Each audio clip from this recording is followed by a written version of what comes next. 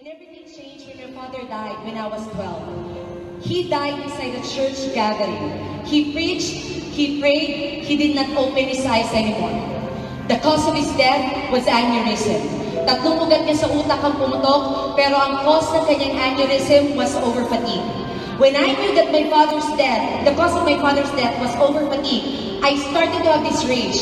Galit na galit ako sa lahat ng born-again Christians. Galit na galit ako sa lahat ng born-again churches. At higit sa lahat, galit na galit ako kay Lord. Kasi para sa akin, kung hindi nila pinagod ang tatay ko, dapat buhay pa siya hanggang ngayon. And because of that, at the age of 12, I started to be so addicted with pornography. I was so addicted into it from 12 to 23, but it doesn't end there. At the age of 16, I started to smoke and to drink. At the age of 16, I became a party animal. At the age of 16, I started to have sexual relationships with men and women. I was a bisexual. At the age of 16, I became a mistress. But it doesn't end there. At the age of 17, I started to take drugs. I started with rugby. Diba? Kachipan. Rugby.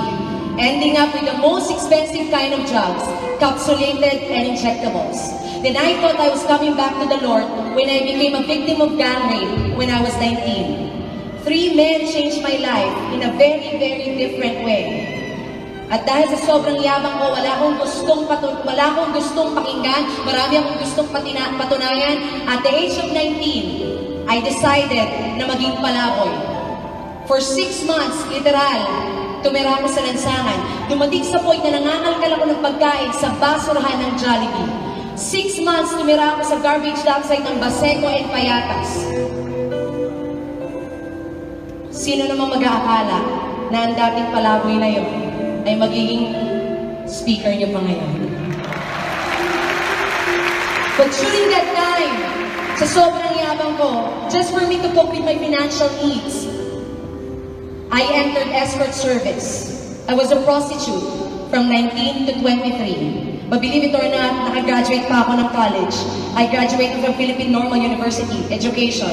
At dahil hindi ko mapaghiwalay ang aking career bilang isang guro at bilang escort service, at the age of 21, nagkaroon ako ng 7 criminal cases. 7 kaso na nagresulta para mag-commit ako ng suicide for 3 times at the age of 21.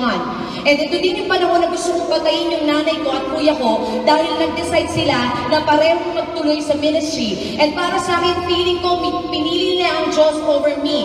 So I tried to kill my mom. I tried to burn my mom. I would kick her on her face and I would kick her on her chest. I would try to kill my brother. Ginagawa ko siyang dartboard ng kutsilyo. Kung makaiwas ka, good. Kung hindi, sorry. At dahil makapal yung buhok ng kuya ko, I would bang him on the wall. Hindi ako titigil hanggang di ko siya nakikitang duguan. I never thought that my mom and my brother can still be used by God to rescue me as well. But you know what? Sa sobrang yabang ko, wala akong gusto pa rin pakinggan. I continued. But the biggest turning point happened when I was 23. During this time, my mom went back to Thailand for a mission.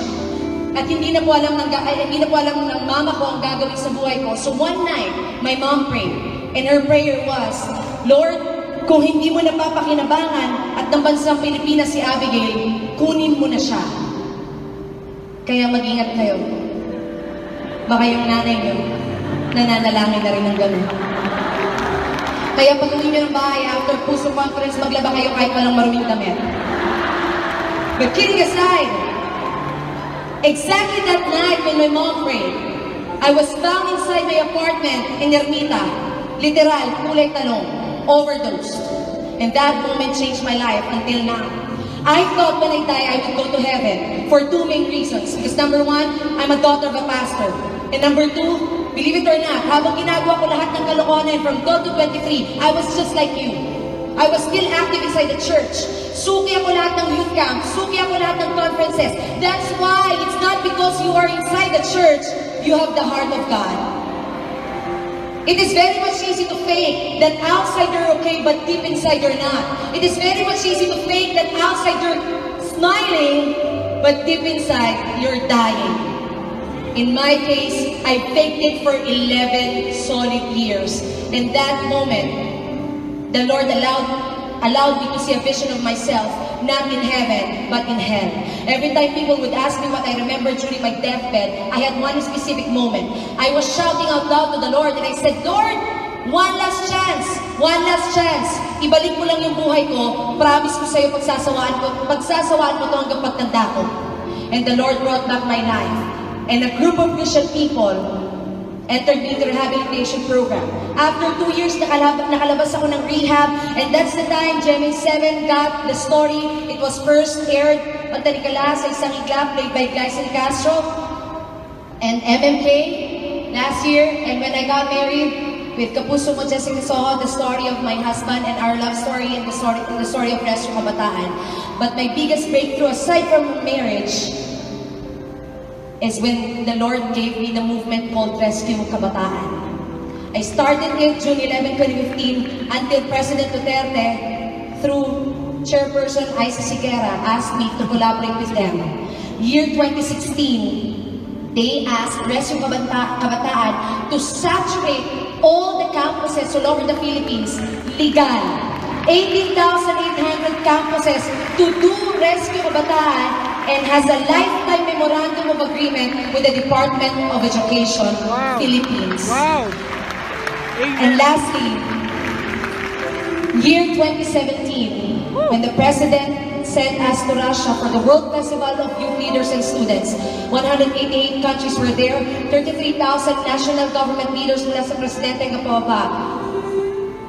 Hanggang sa nakapasok ang Rescue Kabataan sa top 20 na Best Volunteer Story, top 15, top 10, top 5. And second to the last night, they announced Rescue Kabataan ranked 1 as the Best Volunteer Story all over the world.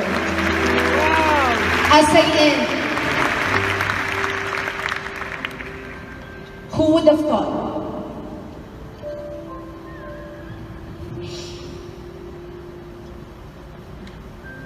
that the former prostitute lady can still be the founder of Rescue Kabataan? Who would have thought that the former drug dependent like me can still be used by God for this nation and this generation? That's why I believe if God wants to do an impossible task, He will choose an impossible man. He will choose an impossible woman, just like you and me. Crush that man, crush that woman, mold that man, mold that woman for that specific task. I will end by asking you this one question. What is your specific task? Do you know already your specific task? After Puso Conference, when we go outside, may we start our one specific task. Thank you so much. To God be all the glory.